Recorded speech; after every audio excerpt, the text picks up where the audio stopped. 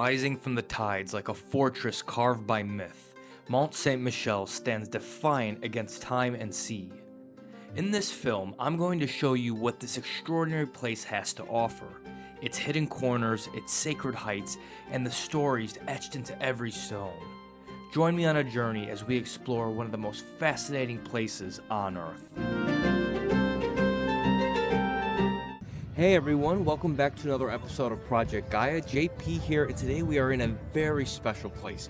We are in Mont Saint Michel France, right? So this is in the Normandy area of France. So it is an amazingly beautiful and unique destination that you have to see in your lifetime. So it's up on this mountain and it's separated from the mainland. It's really an island on this craggly cliff, and within the island there's this amazingly maintained medieval city. There's an abbey, there's a church, and it has a fascinating history. This is one of the most famous attractions in France, so it does get very busy, but it is well worth your trip. So what we're going to do on this tour is we're going to go up into the Mont, and I'm going to teach you a little bit about its fascinating history, and as well as show you the best things to do and see while you're here. So let's begin.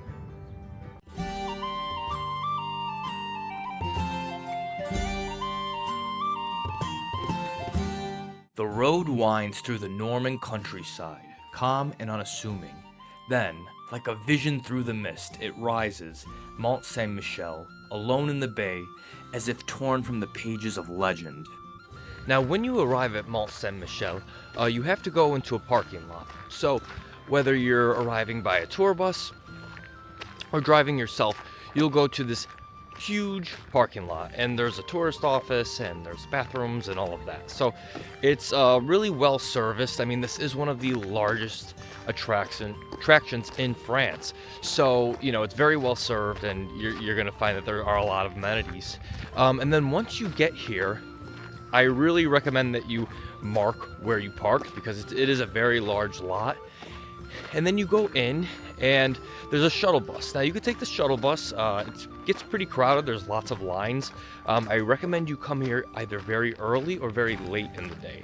If you come late in the day, though, you kind of limit your time. So I'm here real early. It's about 9 a.m., but it's already getting pretty crowded. So you could take the shuttle bus. That takes about 20 minutes. Or you can walk, which is what I've decided to do. It takes about 40 minutes, but it's much more dramatic, it's much more personal, it's much more spiritual. So we're going to do that. We're going to walk up to Mont Saint Michel.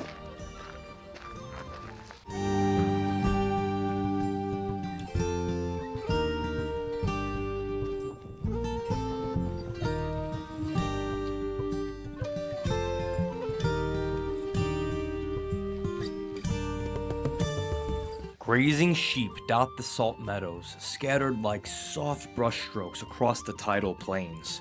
Their quiet presence is ancient, unchanged, and as you begin your walk toward the mount, the sea glimmers around you, wide and watchful. Each step across the causeway echoes with the footsteps of pilgrims, soldiers, and dreamers who came before. The drawbridge rises ahead, a line once guarded, once sacred. You feel it in your chest. This place is more than stone. It's a passage through time. And as the gate opens before you, you're not just crossing into Mont Saint Michel, you're entering into a real legend.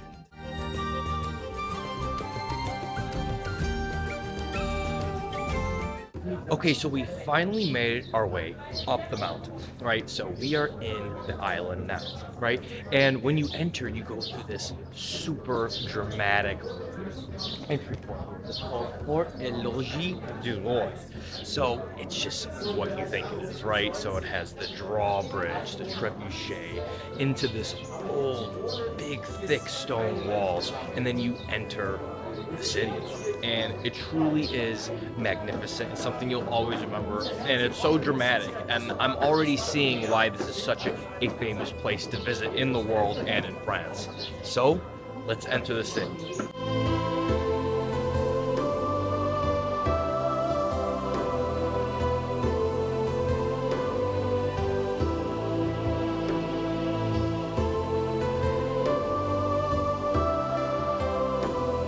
So as all the tourists are walking by, they're going straight past some of the most interesting things. So if you look right here, this here is a lock for the door. So if an attack was coming, they could move these giant, thick wooden doors and then swoop this along this way. And it's just a giant lock. It's really a cool mechanism. So this is built for defense, right? And this is right when you walk in. And then look at this here. So this is on the other side of the door. This right here is a little latch that could be open so that someone could look out and see and basically ask who's there, right? So it's just cool how they have all this medieval architecture just built in right when you walk in. Make sure you don't miss some of these things. And as we go through here, I'm going to explain some of the features of the history of the architecture of this place. As soon as you get in, I first recommend checking out the Ramparts. Here you step into the stronghold of 1,000 storms. These walls, thick with salt and memory, once stood against siege and tide alike.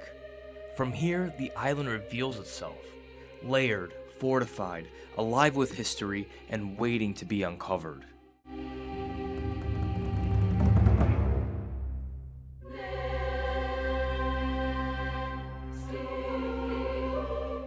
So now we're in the Tower of the Ramparts, and one thing that you'll notice, especially when you're in any kind of castle or ramparts or any medieval kind of defensive structure, is that you will see these sort of slits. You won't have a full window, and what is the reason for that? Well, you want slits so you can look out and see if the enemy is coming, right? If the enemy is coming, you can just stick out your bow and arrow and shoot, right? So you don't want big windows because then they can shoot at you. So it's a defense mechanism. It's almost a way to look out and to kind of warn people even before they get close. And it's just the perfect size to stick in bow and arrow and to shoot. So you will see that as you go along these ramparts. Mont Saint Michel's ramparts were first fortified in the 13th century during the 100 Years' War. Designed to defend against English attacks, the walls were built thick and high, with towers and arrow slits for archers. Over the centuries, they were expanded and reinforced, transforming the island into a near impenetrable fortress.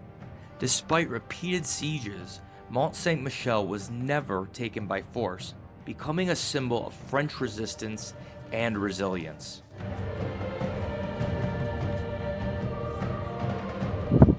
So the tides around Mont Saint Michel are some of the most dramatic in the world and the most dramatic in Europe. There are a lot of tales of knights and peasants and people getting stuck out here in these kind of flatlands. It's very dangerous to go out to if you don't have a guide, but there are guided tours where you could actually walk out into the sand flats, right? But one medieval account claims that the tides can rush in as fast as a galloping horse.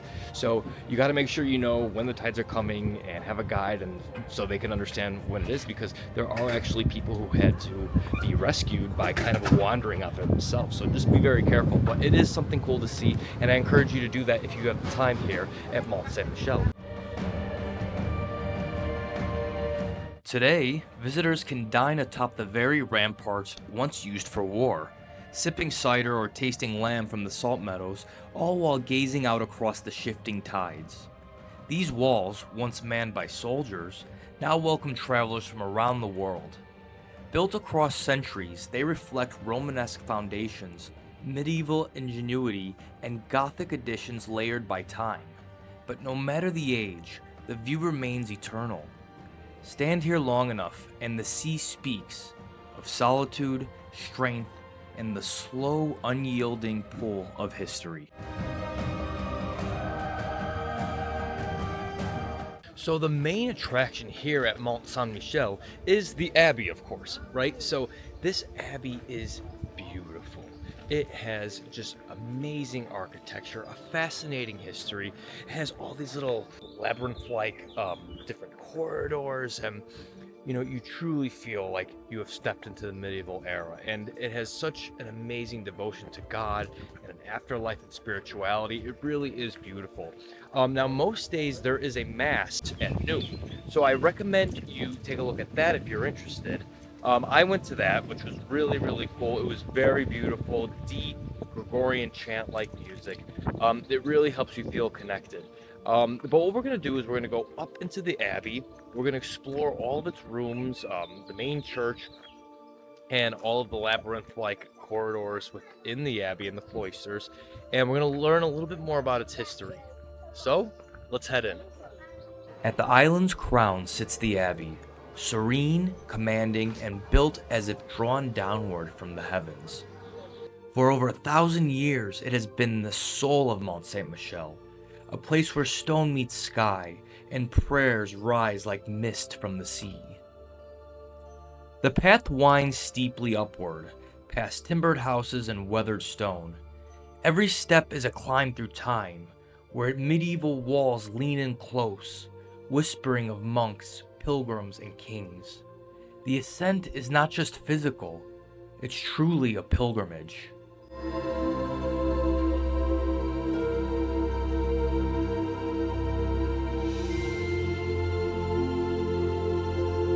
Just outside the Abbey Church lies a terrace that opens to the endless bay. From here, the tide stretched toward the horizon, vast and silver. In one direction, the sea. In another, the sky. It's said the monks stood here to feel closer to God. And standing here now, you begin to understand why.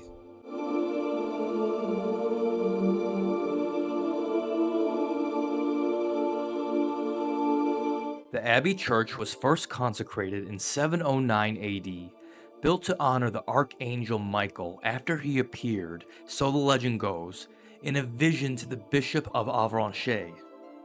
Over the centuries, it rose higher and grander, blending Romanesque solemnity with soaring Gothic ambition. Benedictine monks live and pray here, shaping the rhythm of island life through centuries of scripture and silence. Pilgrims cross dangerous tides to kneel before the altar. During the French Revolution, the abbey became a prison, but even then, its bones remembered sanctity. There are stories here of relics once kept, of ghostly chants heard at night, and of lights flickering without flame. Whether you believe in such things or not, you can feel something ancient in the air. It's not just history, it's presence and spirituality.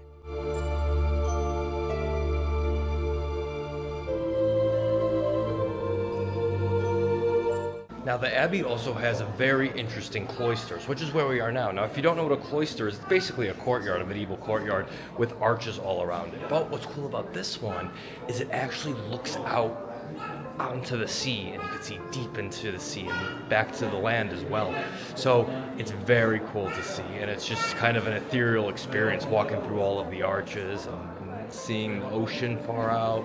Really is beautiful. High above the sea, the cloisters float in quiet grace, a sanctuary within a sanctuary.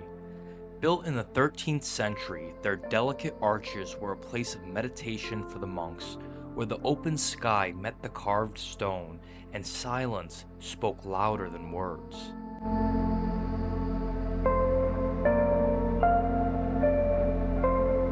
Beneath the abbey lies the great refectory, vast, vaulted, and solemn. Here, monks once gathered to dine in silence, warmed by towering hearths and watched over by the heavy gaze of ancient stone. The pillars seem to actually breathe with the centuries.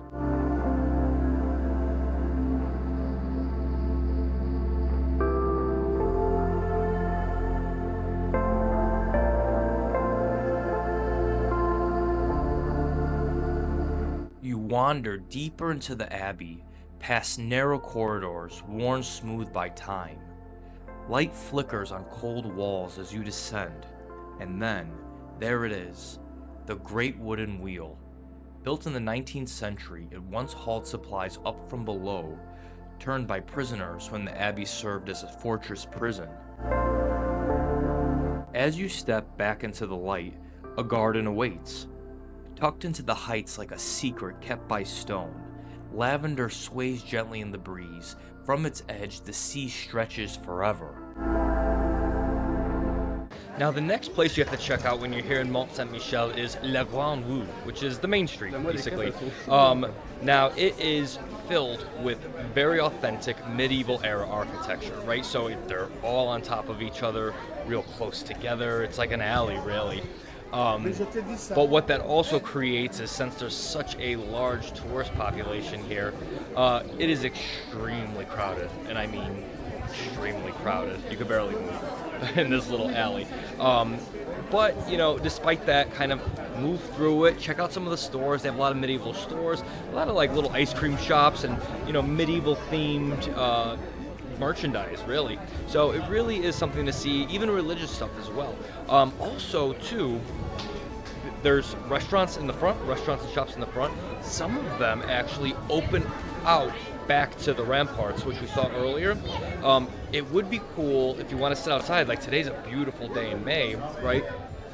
To sit outside in the back and to look out into the sea while you eat. I mean, it truly is a beautiful experience. But you enter either through the ramparts or through La Grande Rue. But definitely check it out.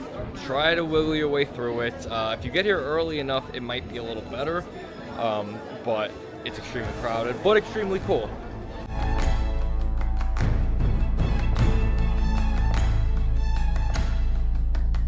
La Grande Rue, or the Grand Street, winds like a narrow artery through the heart of Mont Saint Michel.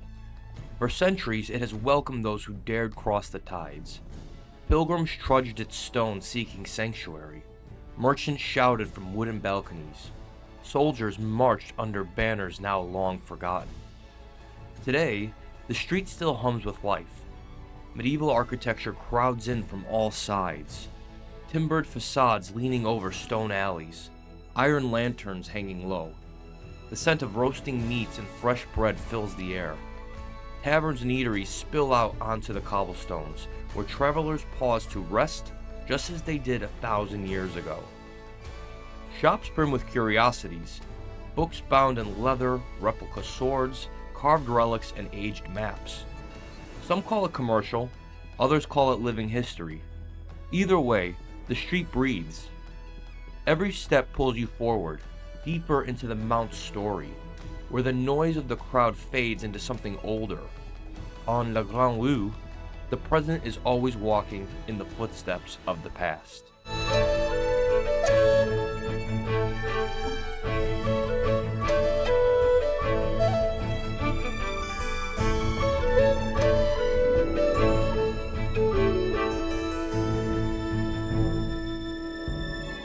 So I think I've possibly found the smallest street in the world.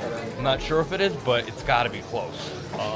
Right off here, off La Grande Rue, and it leads you up deeper into the hilltop, right? So let's go through it.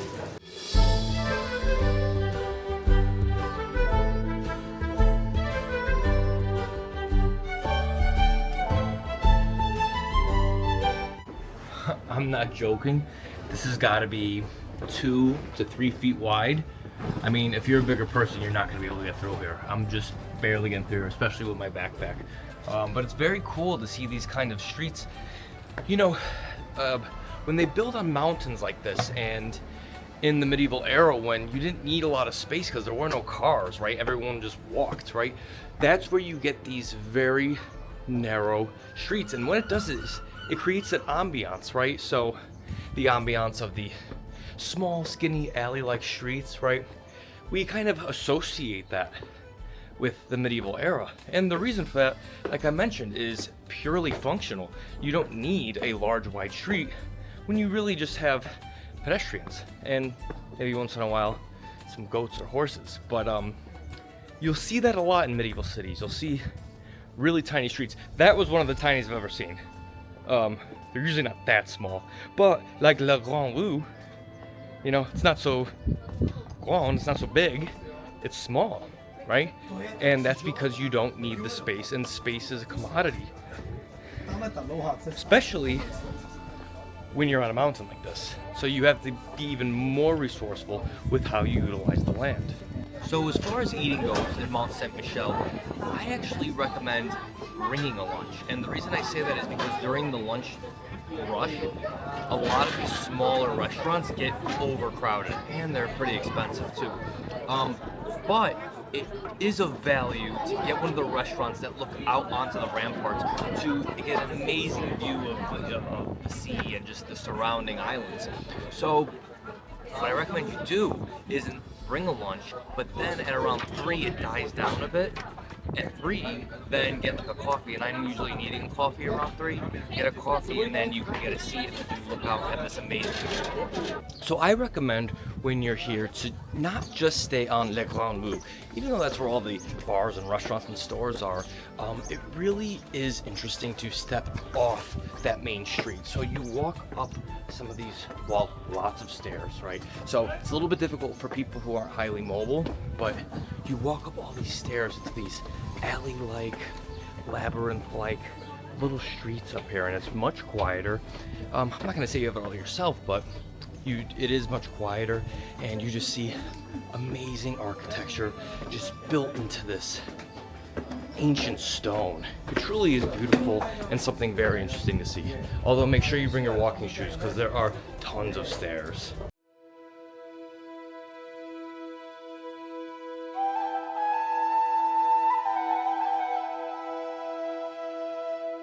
I recommend when you're exiting Mont Saint Michel that you walk on the tidal flats, right? So, you know, you've been looking out on them all day from above the cliff, you know, along the walls and from the Abbey, and then it just kind of closes your whole experience, right? So you could just look at the beauty that you were just in from below. You've been looking from above the whole time, right?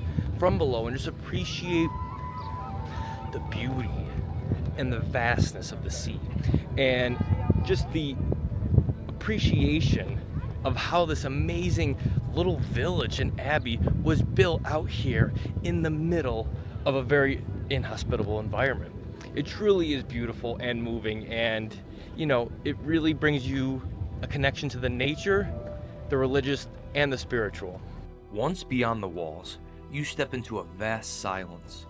The tidal salt flats stretching in every direction like a mirror to the sky. For centuries, these sands were both guardian and trap.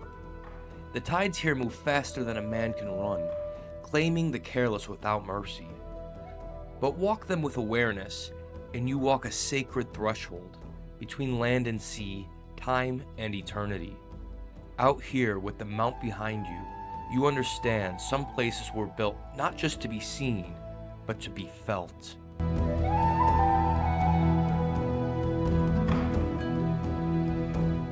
Okay guys, this was Mont Saint Michel. Now this is somewhere that I've wanted to go my entire life.